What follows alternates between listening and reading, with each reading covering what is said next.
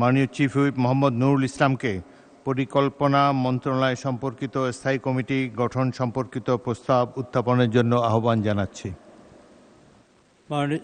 মাননীয় স্পিকার, মাননীয় সংসদ নেতার অনুমতিক্রমে তার পক্ষে আমি নুরুল ইসলাম মনি 110/2 বাংলাদেশ জাতীয় সংসদের চিফ হুইপ প্রস্তাব করছি যে গণপ্রজাতন্ত্রী বাংলাদেশের সংবিধানের 76 অনুচ্ছেদ অনুযায়ী জাতীয় সংসদের কার্যপ্রণালী বিধির 246, 247 ও 248 বিধি অনুসারে উক্ত বিধিসমূহে বর্ণিত কমিটির নিয়োগ, কমিটির গঠন, কমিটির কাজ ও কমিটির দায়িত্ব পালনের নিমিত্তে নিম্নলিখিত মাননীয় সংসদ সদস্যগণের সমন্বয়ে ত্রয়োদশ জাতীয় সংসদের পরিকল্পনা মন্ত্রণালয় সম্পর্কিত স্থায়ী কমিটি গঠন করা হোক।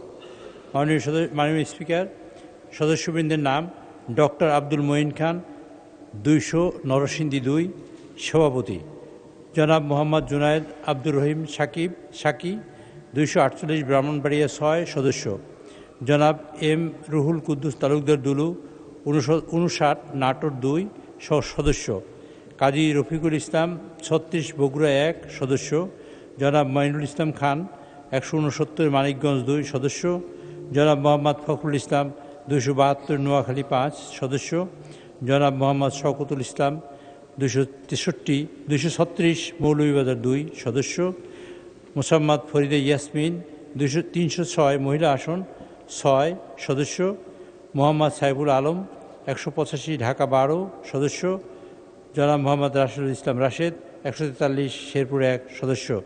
মাননীয় স্পিকার, তাদের মাধ্যমে পরিকল্পনা মন্ত্রণালয় সম্পর্কিত স্থায়ী কমিটি গঠন করার জন্য আমি আপনার কাছে প্রস্তাব করছি। ধন্যবাদ মাননীয় স্পিকার। মাননীয় সদস্যবৃন্দ, সংসদের সামনে প্রশ্ন হচ্ছে। মাননীয় প্রধানমন্ত্রী ও সংসদ নেতার পক্ষে মাননীয় চিফ হুইপ মোহাম্মদ নুরুল ইসলামের প্রস্তাব মতো এবং তার প্রস্তাবিত সদস্যদের সমন্বয়ে পরিকল্পনা মন্ত্রণালয় সম্পর্কিত স্থায়ী কমিটি গঠন করা হোক। যারা এই প্রস্তাবের পক্ষে আছেন তারা হাঁ বলুন। যারা এই প্রস্তাবের বিপক্ষে আছেন তারা না বলুন। আমার মনে হয় হাঁ জয়যুক্ত হয়েছে, হাঁ জয়যুক্ত হয়েছে, হাঁ জয়যুক্ত হয়েছে। অতএব প্রস্তাবটি সংসদের সর্বসম্মতিক্রমে গৃহীত হলো এবং পরিকল্পনা মন্ত্রণালয় সম্পর্কিত স্থায়ী কমিটি গঠিত হলো।